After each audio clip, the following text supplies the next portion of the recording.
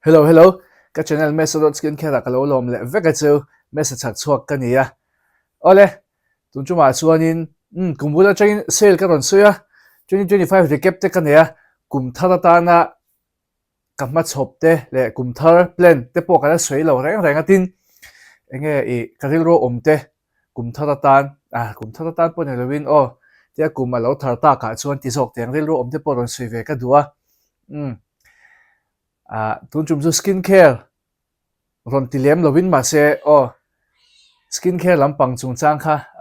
kai thai chu kan soi don tho ani khoina top thlem milen sak don nia sang ni som ni paruki skincare be pui thak kuma ka puange le I hey skincare karon soi tum jok tak chu ma side foxtail buy 2 get 4 buy 3 get 5 buy 4 get 6 ka offer kha lo ma chuanin buy 4 get 6 b ka hian back te aya khan cloud headband an tia me chatan chuan hairband tia cloud shape ang deuh cha deuh te lang chi kha amoi tak lutuk moi chu alem ka lo ti lan ang hian kha ron free gift thunga buy 4 get 6 ani chu ta chuan product parukin lo thana ngai khami dong tur chuan product parukin lo thlanga chuan ka discount code chuin apply sa dona anhoi khanin link ka lo danga in lo cha mai don nia du tan chuan ti chuanin ka soi chunzo manga ka soi chunzo manga he sang ni som ni baru kan chuang kaya alomum khop maya video hi be pui thak kum ka ti kha mo be pui thak pui be pui thak kum kan ti boka video te in rin lo deuh te polon chuak thut mai theya lo in reng ola ti chuanin skincare be pui thak kan ti na chan chu hey pathian sara kan channel nei na te lo rei ve to timayang rei han ti le ma mi ti ai chon la rei lu tuk lo ma se video kha tam ve to ni ti chuanin vun en ko la kan soi chom mola siam te la ma te khang te kha hun lo ka zela video hlui lo chang zela kumina chuan khang te kha ron tuai thar le ti khan hei a hlui ron re share top lo khan ron siam thar le te ka duwa ka tum boka chan chu kan hun engem machel atang khanin timeng hun engem machel atang khanin ma kan som lu tu pro skincare a hian zona te po kha atlem timaila achange chalo chu ka shelo atlem khama se hey video ka lo siam na sat to te zona in zona hi chu ma kan so lo ti na hi ni china khatian khatlem to ni khatian khatlem to ma se ni kum lai hol le kum top lam chawa khanin aron tam le chan to tin chu tiang khatian chu te hey lo shet to lo shet pol to lo bel to lo khatian kha in lo tam vele to boka ron toy thale te po hun to in ka shia tin skincare kho vela hian thil thar dang lam te wa lom lawa ti top te an hey active ingredients po alangai ranga enge ingredients thar an ron man te ani mai ta tun lai chon pdr na lar em ma khatiang te kha ani kum chunga lar bera chon pdr te po ni ka renga chok thar lar bera chon mo tin collagen te khatiang kha ani de maya chu tiang in ashan pen actives bha thar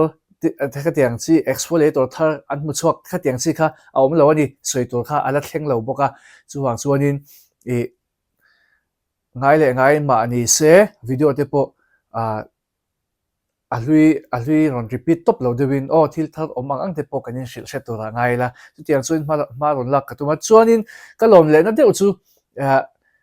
kumin khasiki khwa vot viawe ti lo chuanin ka mai ro lu tuk ka mai khir vak a shom lu tuk ti hi kan klema kema phei chuanin mi pani khatvel ba kenan min ron zo hi an om mang lo ni kumdanga chuan ka mai ro to lu tuk in ron te skincare video te kan siam ru pa winter skincare te kan siam rup chin khania kumina ero chuanin tun kum nge tun classic chu ititiang ala ro tok lo nge nianga te ka te ma se ke ma chuanin kha ka skincare te in lo enanga ka video te ka mai ro phul hip shup to khamo ka thil man wang te poni pakhatanga chuti ro chuan khwa avot ro ve to shim boka ma se nang ni chu in lo la fel fai zok tlat ke a in kumin chu in lo chang kang zok tlata kha ka lom ma so na nin ka shia ka vuna ro lu tuk tia zona ka dong klem lu tuka ka dong mang lo ni ka dong klem mai ni len ka dong mang lo chuwang chuanin ma son ma kan son vial tura ani tura ka ngaya kalom khop mai ti ha kan soite le shim shim du bokani ti chuanin o video hi thui ta khan siam em po ka tum lawa khatiang enge ka malak tum na te ka ma kan so na te akashia te kha karon soi mai a tin I kan la chak tok lo na te po I enge hei kan la shia tok lo te po kha video karon siam do na khatiang khanin kan la bel tok lo chin te chuanin video thar te chu om reng sel thawanga tin sale engem bote po kan da siam zelang video kan da manga pathian ramati chuan chu lo hre ve shim shimula chuanin ka discount code milo man sak chin tu da zong zong chunga lom thu kan soinon le a hey min lo ngai chang ve china min lo hak ve che whatsapp ate po ka number ta na milo be the min lo whatsapp the te kan han tia min lo be a boka reply lo ai ma chon message han reply tlai ti sok te ngo han da wang wang han reply man lok lo han da wang wang chang kha kanga china khanga te khai min lo hre tiam sham china chunga ka lob em maya ti chuanin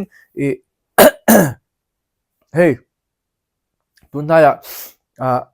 product chi sang atam to alar to ka soi tel du chu ka soi mai phal lo ti tiang ko audience ta na in lo share nge tur chu fakna tam to ni anon fakka thiam takin anon fakka video munom em in anon fakka ma se ta kan lo film khura ngai na lai chu an mang tak angem ti kha kanin zo ve ngai china a chan chu ke mai product ka review reng chuanin fakna ads ka ron ti ni pon ka mang nge ka in nge ka mang nge ta ka experience nge ta ni experience nei lewin ka mang du lo top ta ka review du lo top ta khang te ni wang khan china wang khanin kan lo film khura ngai na lai chu ti khan kan share thiam to mai ka ringa ava diklawe ava chalawe kati na ni lawin khami ads te point lo enang mi soi te point lo enanga mi ads ti te point lo enanga mi te point ads an sia mang a chalu tu e zona zel ania a chen khatan kha a cha chuan ma se mi pui lam chana kha kan lo ke mani kha kan lo film khur thia mangai chin thil renga chu tunai social media chak to kan film khurna lai tur kha kan share thiam to ka ring ti kha chuan ti ro cái mà ni kha kan poi mo to chin ani tin skincare shim ma chong ke mani kan poi mo mina ron fak wang ngo tam hang tur te po kan ni em lo he ngei lo chi kan nga phei chuan mo aron fak chi ama wanga mang ringa tur te kha kan ni ve lo ni ke ni chu kha wang khan kan film khuranga ya ti chuanin eng po ni se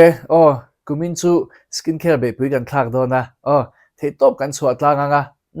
ala ti ve lo te po ina anti nge thei na turin le ala ngai poi mo ve chi alo te poi nan lo ngai poi mo thei nan te kan ti bokanga tin mi palam pang skincare for men pual shim in content te po siam katuma ma kan son sel nan mi palam pang point mo ma kan son sel nan te khatiang khanin ron siam chho zel katuma kan chang na sadon ni kumin chu nang ni po in lo tran ve ngai kan chang ro langa kan chang tlang anga ma kan man son don takem tu ro tu chu ma chong ka du tok photanga ka channel te mi lo subscribe ka video te mi lo like ka mi lo share sak tu kan som non le che video le pe ka ke mi le che don ne